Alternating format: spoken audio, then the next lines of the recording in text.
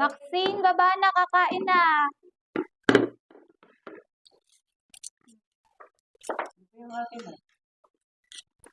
Halika na, kakain na. Bilis ate, kakain na.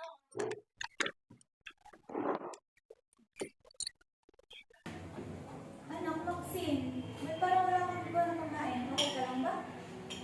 Medyo masama lang po kakain. Hala, sige, kain na. Nung maging mabuti ang pakaramdam mo.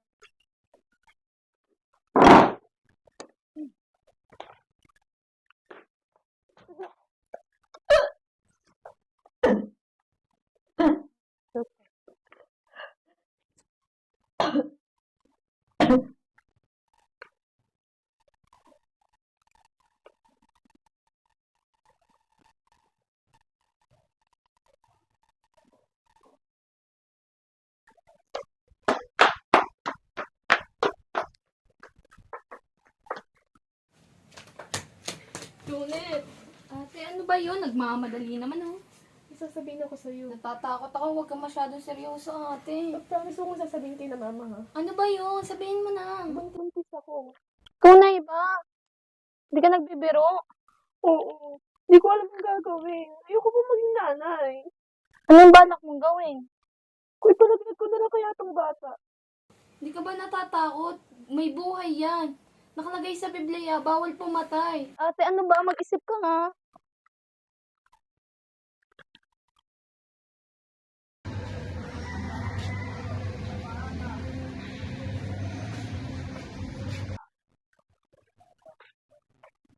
Nay, may sasabihin po ako sa inyo. Ano yun? Tungkol po kay ate. Anong meron sa ate mo? Pero huwag niyo po sasabihin sa kanya yung sinabi ko sa inyo. Ano nga meron sa ate mo? Buntis po si ate.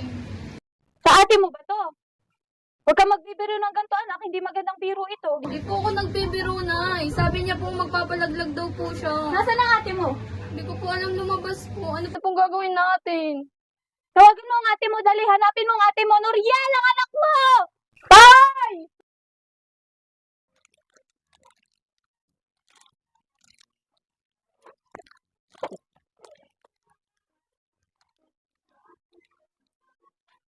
Oh, Maxine, ba't ka nalulungkot?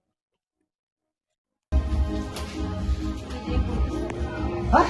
Buntis ka? Maging tatay na ako. May magulang tayo.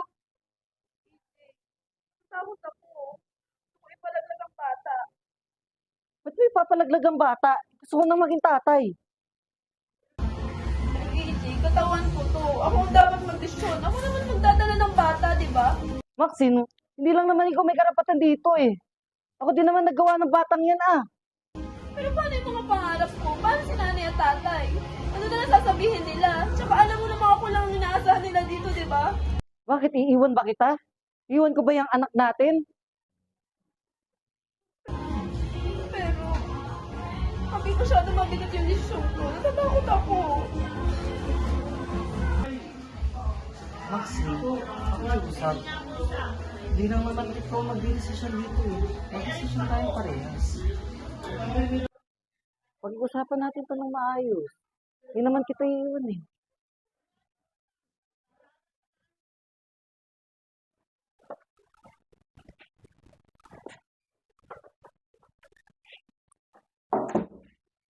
Nandiyan na ang magaling mong anak.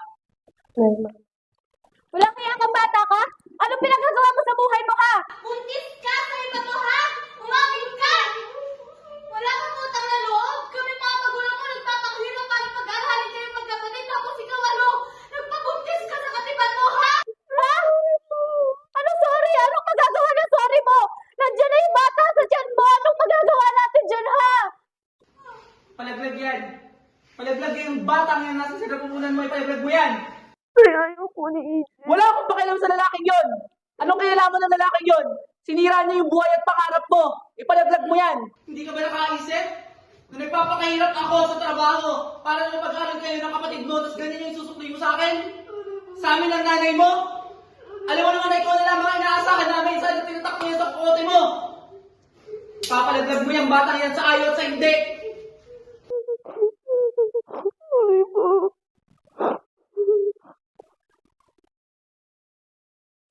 Ano ba ang problema mo? Ma, Nabuntis ko si Maxine. Gusto niya ipalaglag yung bata. Di ko alam kung anong gagawin ko. Ha? Gusto niya ipalaglag? Mali yun, EJ. Huwag kang pumayag. Ang buhay ay sagrado. This is against the Bible and the Church. Kausapin mo siya. Ipaliwanag mo ng maayos kung bakit kailangan niya ipagpatuloy ang pagbubuntis niya. Huwag kang mag-alala. Kasama mo ako dito. Pupuntahan natin sila at kakausapin natin sila ng maayos. Thank you, ma. Nay, tay, ayoko pang maging ina. Maxine, anak, alam kong mahirap to, pero sana isipin mo rin na may buhay na yung nasa sinapupunan mo. Pero tita, Ang desisyon ay kay Maxine. Ang kanyang katawan, kanyang karapatan. Pero paano naman ang karapatan ng anak ko? Si EJ ang tatay ng dinadala ni Maxine. Paano naman ang karapatan niya? JD, naiintindihan ko ang pag-aalala mo kay EJ. Pero ang autonomy ni Maxine ay dapat nating igalang. Kung gagawin natin universal na prinsipyo ang karapatan ng ama sa desisyon ng ina, paano na lamang ang karapatan ng mga babae? Karapatang pamunuan ng kanyang katawan, kanyang sarili. Pero tay, paano naman yung karapatan ko? Paano yung karapatan ko maging ama? Paano yung karapatan ko yung gusto kong mahalin yung aking sariling anak? Di ba nasa universal na prinsipyo din yun? Ang karapatan ng bawat ama sa kanilang anak? EJ, naiintindihan ko ang nararamdaman mo. Pero hindi ko pa kaya. Hindi ko pa kaya magkaroon ng responsibilidad. Oo, anak. Nasa sayo pa rin ang desisyon. Pero pag-isipan mo ng mabuti. Pero tay, paano pag desisyon niya yung labag sa aking loob? Anong gagawin ko? Nasaan ang hustisya ko? EJ, hindi naman namin sinasabing wala kang karapatan at o hustisya. Ang gusto lang namin, hindi dapat lalabag sa karapatan ni Maxine ang karapatan mo. Kailangan natin hanapin ang balanse. Tama, kailangan natin itong pag-usapan ng may respeto sa bawat isa.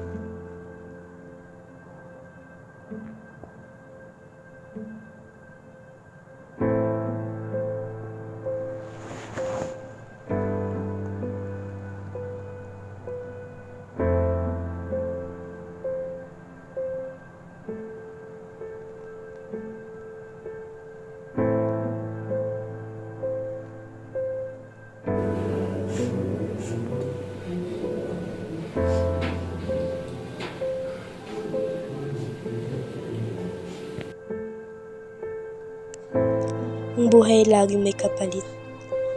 Paano ko sasakripisyo ang lahat para sa isang bagay na hindi ko pa kayang harapin? Ang pamilya ko, sila ang mundo ko.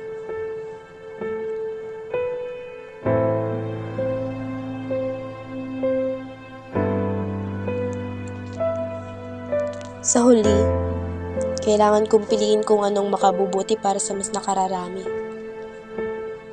Kahit mali ang desisyon ko, ang resulta nito ang nagdala ng kasiyahan sa lahat ng mahal ko. Ang tanong, tama ba talaga ang desisyon ko? O mali? Sa dulo, ang kaligayahan ng karamihan na naging sukatan ko. Pero sa puso ko, parang may kulang pa rin.